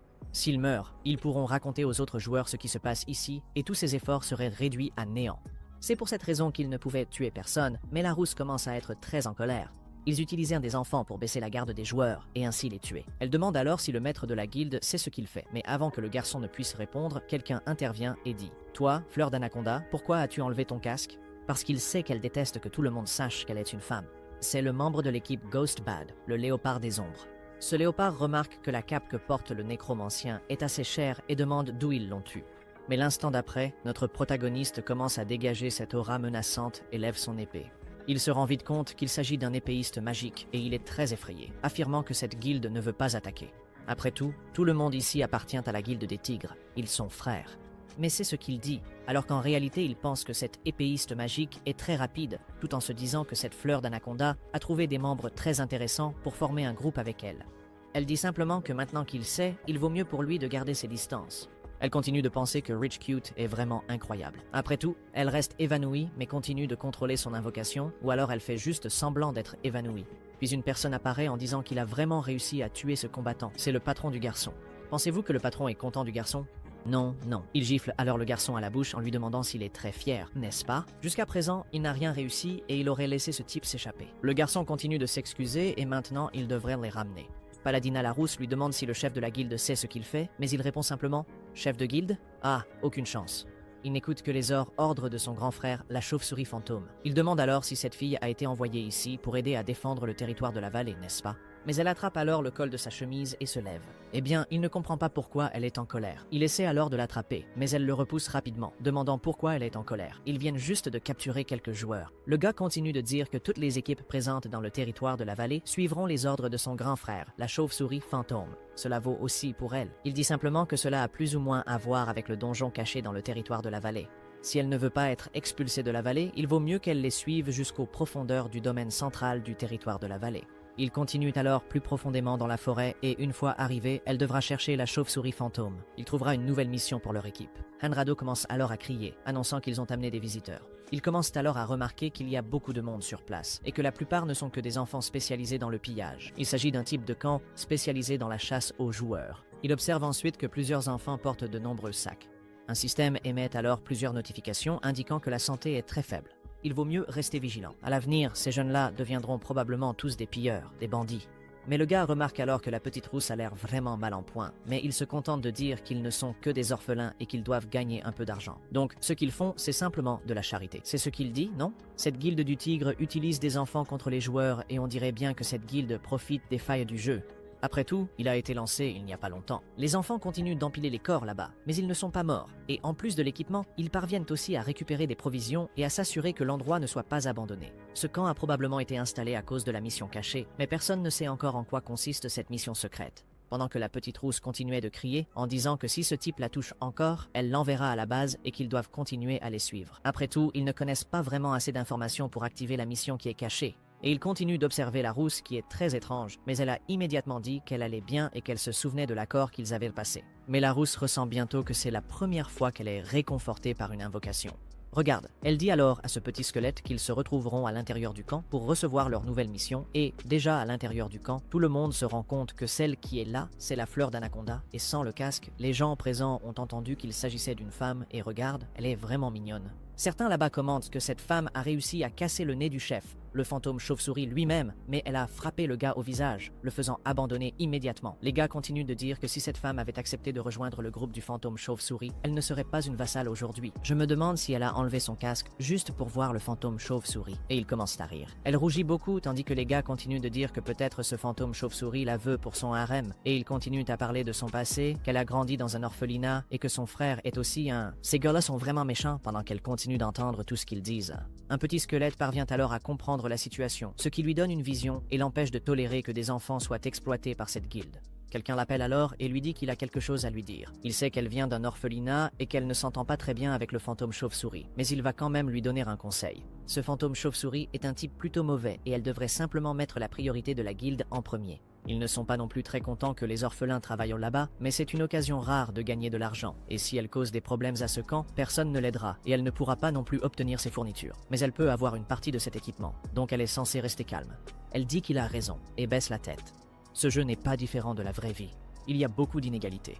Elle regarde alors le squelette et dit qu'à partir de maintenant, il s'appellera Vache laitière. C'est eux qui ont mis ce nom-là, et aussi un squelette là-bas, il va s'appeler Singe électrique.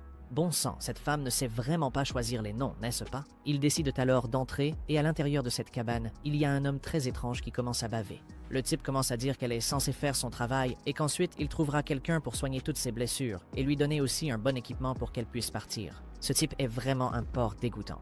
Il se rend alors compte que la fleur Anaconda est là et ne comprend pas pourquoi elle a enlevé son casque. Elle a seulement entendu dire qu'il distribuait des quêtes, tandis que lui est tout content qu'elle soit son genre, mais elle ne lui accorde aucune attention. Même si ce type est le patron, elle n'accepte aucun traitement irrespectueux et lui donne un coup de genou en plein ventre. Elle n'est venue que pour discuter de choses importantes et non pour trouver un petit ami, mais ce porc sans honte continue de dire qu'elle frappe vraiment fort. C'est pour ça qu'il l'aime encore plus. Ce type a vraiment l'air d'un masochiste, non? Elle ne comprend toujours pas pourquoi ce type trouve ça si bien de se faire frapper par elle, mais il se contente de dire que protéger ce camp est désormais sa nouvelle mission. Un peu plus loin de la forêt, il y a un camp. Si elle atteint ce camp, elle verra des grottes dans le territoire de la vallée et son nouveau travail consiste à empêcher les autres joueurs d'entrer dans cette zone. Elle demande alors pourquoi, mais il répond simplement qu'il ne peut rien dire. Elle demande alors si le maître de guilde sait qu'il utilise des enfants, et il répond simplement qu'il le sait. En fait, c'est lui qui a tout planifié. Un gars commence alors à lui sourire et lui demande si elle n'a pas hâte de monter en grade et de pouvoir s'occuper de ses frères, n'est-ce pas? C'est maintenant la chance qu'elle a tant demandé à Dieu. Il lui tend alors la main, lui propose de le rejoindre pour gagner un peu plus d'argent et lui assure qu'il ne lui en voudra pas du tout pour lui avoir cassé le nez auparavant. Il lui demande alors de l'épouser. Ce type est vraiment dérangé, alors elle attrape simplement le col de sa chemise et le soulève en disant que s'il continue à dire des bêtises, elle l'enverra à la base, peu importe qui il est. Mais il répond simplement que tous les objets présents doivent être envoyés au maître de la guilde et que si elle interfère avec ses plans, elle aura des ennuis. Après tout, le maître de cette guilde n'accorde pas tant de valeur à sa vie. Il commence à dire que personne ne l'aidera et affirme que le maître de la guilde est désormais le ticket dont il avait besoin pour accéder à un rang bien plus élevé dans la guilde. Lorsque ce maître de la guilde parviendra enfin à capturer cette zone centrale, il pourra rejoindre la mission et enfin terminer la deuxième manche. Cette bague à ton doigt est l'anneau d'épreuve de l'esprit de l'agneau pleureur. C'est l'anneau d'épreuve donné par un PNJ étrange. Il démontre toutes les capacités de l'esprit de l'agneau et peut également être offert à une autre personne. Un gars continue alors de lui dire de rester là et d'être la directrice de l'orphelinat, mais elle continue d'être extrêmement harcelée. Notre squelette réalise alors que c'est ça, la mission. Une chauve-souris fantôme ne tarde pas à le remarquer. Le perturbé, tenant son épée, demande « Qui est ce type ?» Il pourrait être son frère. Un squelette commence alors à libérer sa puissance, mais l'instant d'après, un squelette plonge son épée dans la chauve-souris fantôme tandis qu'elle demande ce qu'il est en train de faire. Un boss de ce camp continue de crier « Qu'est-ce qu'elle fait? Comment oses-tu attaquer le boss de cet endroit ?» De toute façon, elle ne pourra pas sortir d'ici vivante. Mais le squelette pense que ce type utilise une sorte d'accessoire. Il a réussi à lancer son attaque et à s'en sortir vivant. Il commence alors à activer l'orbe d'ombre de magie noire dans sa main et la lance vers notre protagoniste, lui disant de retourner à la base. Mais il voit alors que notre squelette est intact, même après avoir reçu les attaques des orbes d'ombre. Il demande ce qu'est ce type, mais nous savons que le squelette a une résistance magique de 45, une résistance aux dégâts de 130, et possède également un attribut de résistance de 980. Son espèce lui confère également une immunité aux dégâts magiques. Un gars continue alors de supplier pour sa vie. Après tout, il peut donner tout ce qu'il possède à ce camp là-bas. Mais le squelette pense simplement qu'il en a assez d'entendre ce type parler et lance une nouvelle attaque contre lui, électrifiant tout son corps et, finalement, ce joueur meurt en laissant tomber sa bague. Et il n'y en a pas qu'une, il y a deux bagues. C'est la bague de niveau 10, la bague de pierre géante. Elle a 100% de chance de neutraliser une attaque fatale si le niveau est inférieur à 40. Elle a un temps de recharge de 12 heures et, après la mort du porteur, le temps de recharge est entièrement réinitialisé. L'autre bague est la bague d'épreuve de l'esprit de l'agneau pleurant. C'est une bague qui ne peut être utilisée qu'au niveau 40 et en dessous. Elle possède également une mission cachée qui doit être activée dès que le porteur démontre toutes ses compétences d'agneau. Notre squelette a alors pensé que ce déchet avait un très bon équipement. Cela signifie qu'il a obtenu beaucoup d'équipements en attaquant le territoire de la vallée et que son invocateur dort encore. L'autre bague là-bas est la bague de mission de l'esprit de l'agneau. Il décide alors de laisser la bague de survie à la femme pendant qu'elle est très enthousiaste avec. Maintenant, ils ont envoyé un chef de ce camp depuis la base. Comment vont-ils s'en sortir? Ils ne prêtent même aucune attention morale à ce qu'elle dit. Après tout, cette bague provenant de l'épreuve de l'agneau pleureur est liée à un PNJ boss en rapport avec la nécromancie. Il doit accomplir cette mission quoi qu'il en coûte. Il a déjà rassemblé toutes les informations nécessaires qu'il devait collecter à cet endroit et elles commencent à fuiter de là. Tandis que la femme ne cesse de demander où il va et ce qu'il compte faire, il continue de penser qu'il doit se dépêcher d'affronter ses donjons et de leur voler la mission. Il arrive au bar et commence à passer devant, tandis qu'un des soldats présents dit qu'il a failli renverser la boisson qu'il tenait. Mais le squelette lui lance simplement un regard plein de pénitence et renvoie le gars de la base sans hésiter une seconde. Il continue de se répéter dans sa tête qu'il doit tuer tous les joueurs de la guilde du tigre chasseur dans ce camp là-bas. Tout le monde sur place n'en croit pas ses yeux alors que l'épée cliquette de haut en bas, des corps entiers tombent, des têtes roulent. Ils ne comprennent toujours pas pourquoi tout ce remue-ménage. Ils continuent d'accumuler des points. Chaque fois qu'il tue un gars là-bas, il gagne 100 points. Il vient maintenant d'envoyer un gars nommé Chèvre de Montagne à la base, tandis que cette fille dit qu'il n'est pas très malin et qu'elle commence à avoir vraiment peur. Après tout, comment vont-ils sortir de là? Maintenant, ils sont complètement dépassés. Pendant qu'ils pensent que tous les joueurs présents sont en gros de niveau 14, tous de classe basique, il n'y a même pas de paladin ou de mage. Un groupe de débutants, qui ne représente aucune menace pour lui, décide alors de les attaquer tous en même temps. Un gars frappe alors sur la table, en disant qu'il a choisi le mauvais endroit pour se venger et dit à tout le monde de se lancer à sa poursuite. Il remarque rapidement que ce paladin fait partie de l'équipe Anaconda Flower et qu'il ne veut aucun équipement. Il va maintenant donner deux choix à notre paladin. Le premier choix, c'est qu'il laisse tout son équipement et se déconnecte maintenant. Mais le second, Et avant même qu'il n'énonce le second, notre petit protégé est déjà tout prêt, son épée imprégnée de pouvoir obscur, envoyant ce type à la base. Il n'existe pas de lundi. Tout le monde là-bas ne cesse de dire que ce gars d'Anaconda Flower ne peut pas se contrôler. Apparemment, ils essaient de se rebeller. Tout le monde décide alors d'attaquer ensemble, fait aussi appel aux archers pour du soutien et demande de capturer ce type vivant, mais le protagoniste s'en fiche. Il préfère un combat au corps à corps. Si tout le monde là-bas peut l'attaquer en même temps, il ne pourra pas s'échapper aussi facilement. Cela signifie qu'il pourra utiliser son tonnerre. Il y a un archer derrière lui, il le savait déjà. Après tout, sa compétence d'investigation était activée. Les archers commencent alors à tirer plusieurs flèches dans sa direction. Il attrape alors l'un des soldats présents et l'utilise comme bouclier pour se protéger, ce qui pousse les autres à dire qu'il utilise la foudre sur son épée. C'est un épéiste magique, et ces épéistes magiques n'ont pas de capacité à longue portée, mais c'est bien ce qu'il pense, non? Notre protagoniste voit déjà que tout le monde essaie de garder ses distances avec lui, mais cela ne fonctionnera pas. Il commence alors à activer son armure d'os, le brassard en forme de flèche, et vise immédiatement un archer qui était protégé à l'arrière-plan. Il va d'abord s'occuper de tous les archers une fois qu'ils auront tous révélé leur position. Il continue ensuite à drainer les PV de son ennemi avec toutes ses flèches d'os. Il a déjà utilisé un total de 7 flèches, il lui en reste donc 43. Les gens présents ne comprennent pas comment un épéiste magique peut encore avoir une capacité à longue portée. Un tank s'avance alors en disant qu'ils doivent vaincre ce type, quoi qu'il en coûte. Ils décident ensuite de réduire l'espace de mouvement du protagoniste pour qu'il n'ait plus le choix. Le tank commence alors à avancer, mais le squelette renverse rapidement une table, bloquant la vue du tank. Le tank fonce alors sur la table, la brisant complètement, tout en déclarant qu'il ne se laissera pas sous-estimer aussi facilement. Mais après avoir brisé la table, Jin Xiang trouve l'ouverture dont il avait besoin. Ce paladin magique est vraiment rapide. Il a découpé ce tank avec une grande facilité. En pensant que ce type portait une armure très lourde, même à un niveau très bas, cela signifie qu'il n'a pas une grande vitesse, ce qui le rend extrêmement lent et faible. Un autre était basique et maintenant il a obtenu 100 points supplémentaires. Il a réussi à tuer une douzaine de joueurs à lui tout seul. Personne ne comprend depuis quand cette équipe Anaconda Flower compte des gens aussi forts dans ses rangs. Pendant ce temps, Jin Xiang dit qu'il va pouvoir gagner beaucoup de points d'évolution très facilement ici. L'un des gars présents demande s'il s'agit d'un combattant à distance avec des dégâts magiques, peut-être que cela vient d'une classe cachée, non?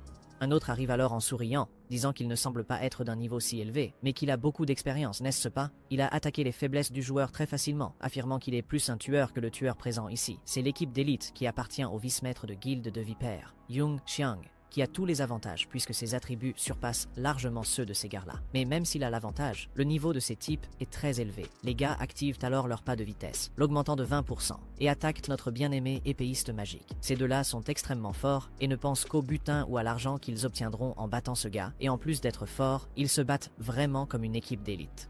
Un gars félicite alors le protagoniste en disant que, malgré toute sa vitesse, il continue à encaisser les coups très efficacement, tandis que Yung Xiang continue d'analyser leurs mouvements. Leurs mouvements ne sont pas très précis, mais ils restent d'un niveau élevé. Il décide alors d'en finir très rapidement. Après tout, il doit encore activer le Spa In, l'esprit de l'agneau pleureur pour passer une sorte d'épreuve de sélection.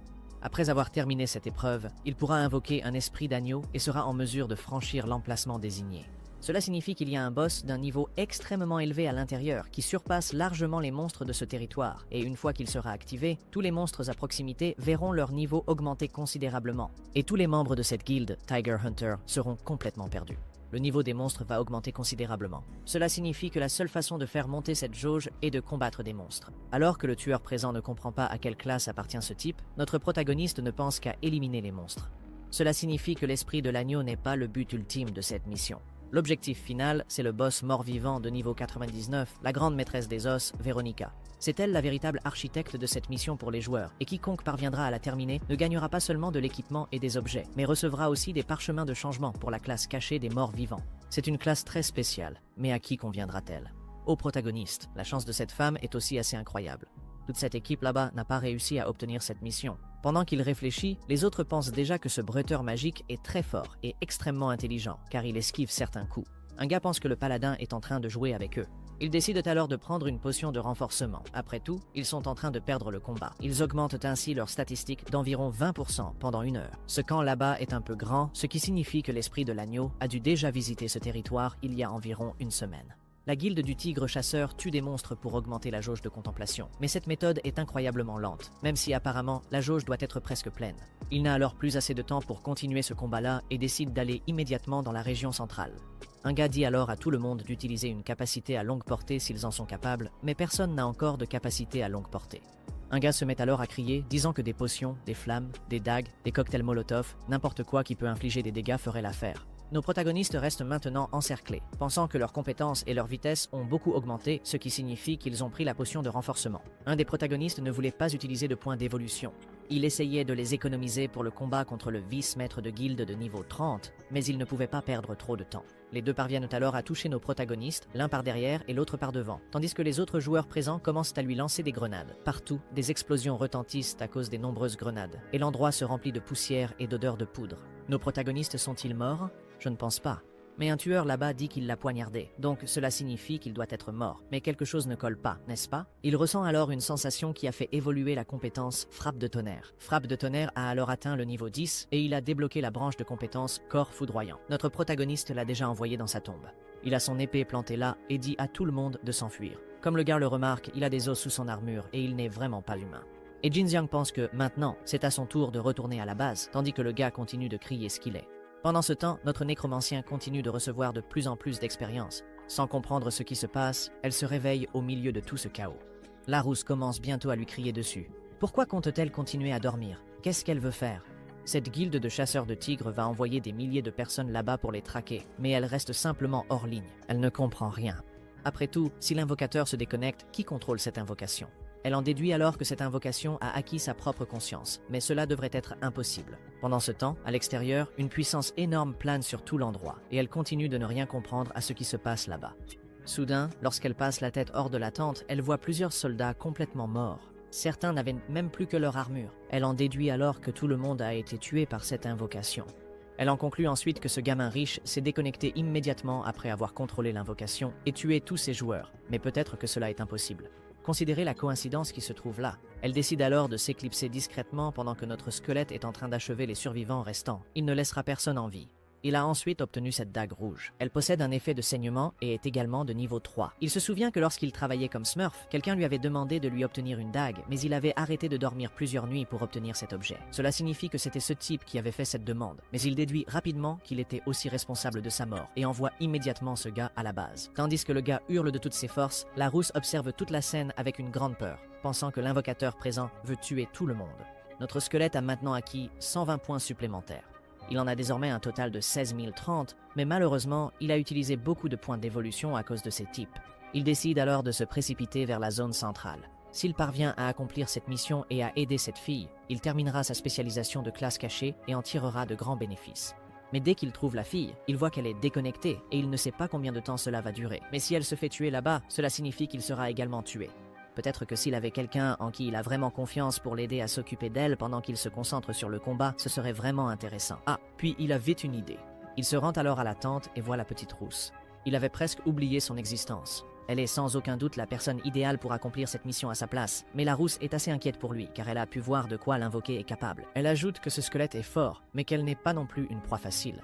Elle attrape le visage de notre squelette et dit que s'il s'approche encore, elle révélera à toute la guilde du tigre qui il est vraiment. Il remarque alors qu'il a peur. Il lui saisit ensuite l'épaule en pensant qu'il a simplement besoin d'un coup de main pour l'aider dans son plan. Elle se rend alors compte qu'il ne l'attaque pas, mais elle se rappelle tout le chemin qu'ils ont parcouru pour arriver là, depuis le gars qu'il a envoyé depuis la base au tout début, jusqu'à ce serpent géant, un monstre vert, et même l'enfant. Cette invocation a-t-elle vraiment une conscience? Elle continue de se demander s'il est conscient, ce qui voudrait dire que lorsqu'il lui a retiré son équipement, il a tout vu et elle commence à rougir fortement.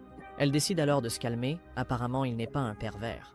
Il décide alors de l'emmener pendant qu'elle pense qu'elle ne pouvait vraiment pas faire confiance à ce type-là. Notre protagoniste a ensuite détruit tout le camp qui se trouvait là en faisant tout exploser, puis a libéré tous les soldats qui étaient piégés, presque morts. Les gens se mettent à pleurer abondamment, remerciant d'avoir été sauvés, et le protagoniste présente celle qui a été la sauveuse de la patrie en ce lieu. C'est la déesse des joueurs solo du territoire de la vallée. C'est elle qui a sauvé tout le monde là-bas du Tiger Guild. Si ce n'était pas pour elle, ils auraient tout perdu. Tous ces joueurs-là sont extrêmement en colère, disant que ceux du Tiger Guild ont utilisé des enfants comme piège pour les pousser à baisser leur garde. Ça ne restera pas comme ça. Pendant que la petite rousse porte le nécromancien, il a vraiment trouvé la bonne personne pour aider. La petite rousse continue de dire à tout le monde qu'il y a une raison très plausible pour laquelle tous les tigres de la guilde sont en train de chasser. Ce n'est pas seulement pour l'argent ou l'équipement, c'est à cause de cette mission obscure dans le territoire de la vallée. C'est la véritable raison pour laquelle ils ont caché toutes les informations et aussi pris toutes leurs provisions. Tout cela est à cause de la mission cachée. Les gens commencent à discuter du fait que les donjons cachés peuvent fournir de l'équipement rare, des objets très différents et aussi beaucoup d'argent. C'est pour ça que ces types utilisèrent des tactiques aussi sournoises, et ceux-là savaient déjà ce que les tigres préparaient, mais la plupart de leurs forces sont en train de chasser des monstres dans la zone centrale en ce moment. La sécurité autour de toute la vallée est donc assez faible. C'est leur chance de s'échapper et de retourner à la ville principale, mais apparemment, personne ne veut partir d'ici. Après tout, ils sont sur le point d'activer la mission cachée, mais ils n'ont ni argent, ni armes, ni rien du tout. Comment vont-ils pouvoir participer à cette mission ? Mais la rousse résout rapidement tous les problèmes et difficultés en disant qu'il y a plusieurs pièges et objets de dégâts de zone, que les tigres ont tout préparé à l'avance. Ce sera très utile pour s'échapper d'ici. Tout le monde était stupéfait que tous leurs problèmes soient également complètement résolus. Mais qu'est-ce qu'ils veulent ? Ils vont être sauvés. Ils ont obtenu la liberté, de l'argent, des armures, de la nourriture. Tout ce dont ils avaient besoin se passe bien. Il y a aussi du poison là-bas, il y a des grenades, il y a de la corde, il y a tout ce dont ils ont besoin. Le plan du squelette a été un succès. Alors que tout le monde est plutôt content, un type qui semble être un assassin vêtu d'une armure paraît assez méfiant, mais le protagoniste décide simplement de s'éloigner. Tout le monde décide alors de prendre quelques objets et de disparaître chacun de leur côté, afin d'éviter qu'un grand groupe ne soit complètement piégé, et ils décident aussi de tuer tous les tigres de la guilde présents. La rousse a alors dit qu'elle avait accompli la mission comme le squelette le lui avait demandé. Le plan de notre protagoniste était de faire en sorte que tous les joueurs solo perturbent fortement la guilde des tigres chasseurs. De cette façon, il peut se cacher à la vue des tigres chasseurs sans leur laisser assez de temps pour le remarquer. Elle continue de penser que ce gamin riche est plutôt intelligent, mais ce qu'elle ne croit pas encore, c'est que lorsque l'invocateur est hors ligne, l'invocation peut tout de même continuer à suivre les ordres de l'invocateur. Elle ne comprend toujours pas, n'est-ce pas? Maintenant, elle ne peut plus retourner auprès de la guilde des tigres car ce serait trop risqué. Donc, inévitablement, elle va devoir rester dans ce groupe. Son plan va-t-il réussir?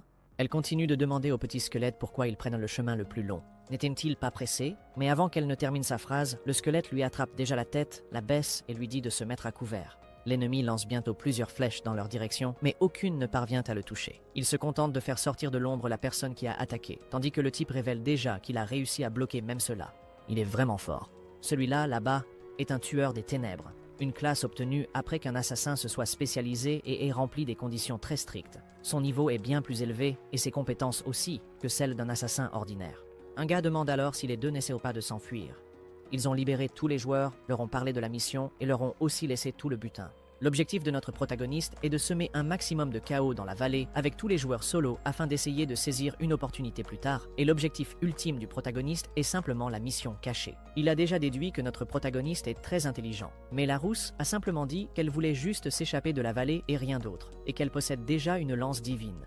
Elle continue de dire qu'ils viennent juste de le sauver. Ce gars continue d'attaquer. Il vient de dire qu'il va les suivre. Il n'est pas intéressé par la mission. Il n'a qu'un seul objectif, tuer Viper. Il veut juste les suivre jusqu'à ce qu'il trouve Viper, et alors il pourra tuer ce type de ses propres mains. S'ils ont un accord, c'est tout ce qu'il veut. Le protagoniste est déjà en train d'observer. Apparemment, un autre allié, mince alors. Xiang devient extrêmement fort et son invocateur n'est qu'un pauvre porteur, mais la rousse est de plus en plus fascinée par notre Jin Jiang. Je ne sais juste pas si ses charmes sont dus à la peur ou à l'amour pour le squelette. Je ne sais pas, hein? Je pense qu'apparemment, c'est la peur. Ce tueur, c'est tout ce qui manquait, Stell. Ce sont tous les chapitres disponibles, et dès qu'il y en aura d'autres, nous en publierons plus. Merci d'avoir regardé. Merci, et restez à l'écoute pour la prochaine vidéo.